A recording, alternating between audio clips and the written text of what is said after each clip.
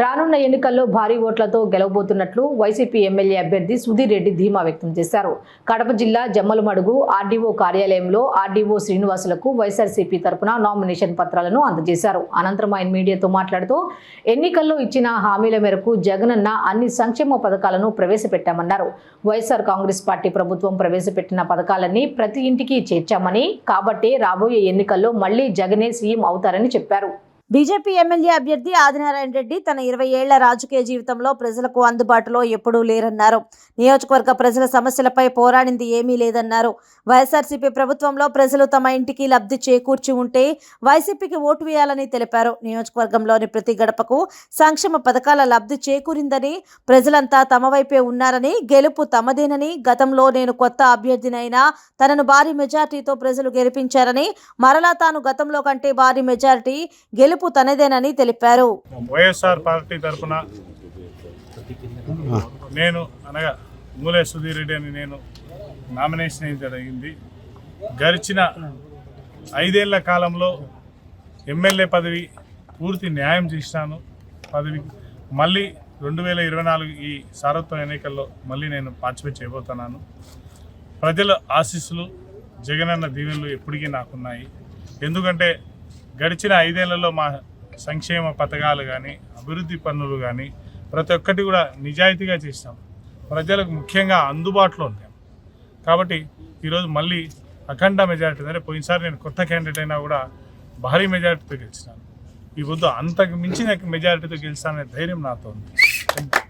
ఎందుకంటే ఈ వద్దు ఆదినారాయణ రెడ్డి గారు మా పైన పోటీగా ఆపోజిట్లో మళ్ళీ ఆయన వచ్చినారు. ఆయన గడిచిన 20 ఏళ్ళ రాజకీయ చరిత్రలో మంత్రులు చేసినారు, అన్ని పదవులు చేసినారు. కానీ ప్రజలకు ఎక్కడా కూడా అందుబాటులో లేదు. 2019 ఎలక్షన్లు అయిపోయిన తర్వాత మళ్ళీ నెల ముందర ఇడికి వచ్చినారు. మళ్ళీ నెల ముందర ఇడికి వచ్చి టికెట్ తీసుకొని నేను పోటీలో ఉన్నాను, నేను ఉంటానన్నాను. అంటే ప్రజల దగ్గరికి ఎక్కడే కానీ పోయిన ఆనవాళ్ళు కూడా అతనికి లేదు.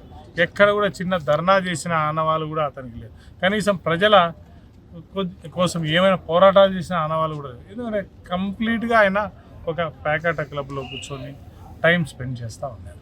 ఈ పొద్దు మేమైతే మా జగనన్న ప్రభుత్వంలో కంప్లీట్గా ప్రజల్లో ఎప్పుడు తిరుగుతూ ఉన్నాం. అంటే గడప గడప కానీ ప్రతి ఒక్క ప్రోగ్రాంలో కానీ ముందు అడుగులో ఉన్నాము.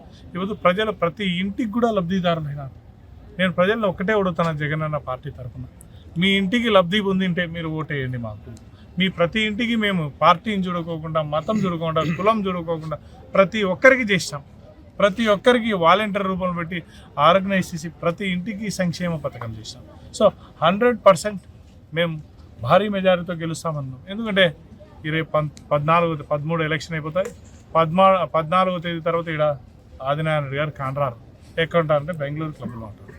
ముఖ్యంగా ఆయన ఒకటే ఒకటి అడుగుతున్నాను, ఆయన ఇన్ని చేస్తా అది చేస్తానంటానంటే 2019 ఎలక్షన్ నాటికి నేను కేశవరెడ్డి బాధ్యతలందరినీ తీరుస్తాను అన్నాడు. ఏ బాధపడిన వాళ్ళకందరికీ న్యాయం చేస్తానన్నాడు. 19 ఎలక్షన్ అయితేనే మళ్ళీ గోవా క్లబ్కి వెళ్ళిపోయినాడు. కనీసం కరోనా అప్పుడు కూడా ఈ కోవిడ్ వ్యాధితో అందరూ బాధపడుతుంటే కనీసం ఒక కూరగాయల సంచి కూడా ఇయ్యని పాపాత్ముడు. అంటే మీరే బాగా ఆలోచన, ఎప్పుడు ప్రజల్లో ఉండి ప్రజల కోసం తిరిగి జగన్మోహన్ రెడ్డి గారు మమ్మల్ని అందరినీ కూడా బాగా ప్రజల్లోకి తీసుకుపోయింది. ఈ పొద్దు మేము అదే ధైర్యంతో ఈరోజు ముందరికి పోతున్నాం. తప్పకుండా భారీ మెజారిటీతో మళ్ళీ వైఎస్ఆర్ పార్టీ, నేను భారీ మెజారిటీతో గెలిచి మళ్ళీ 24 నుంచి మళ్ళీ 29 వరకు మా సేవలు ఎప్పటికీ ప్రజల దగ్గర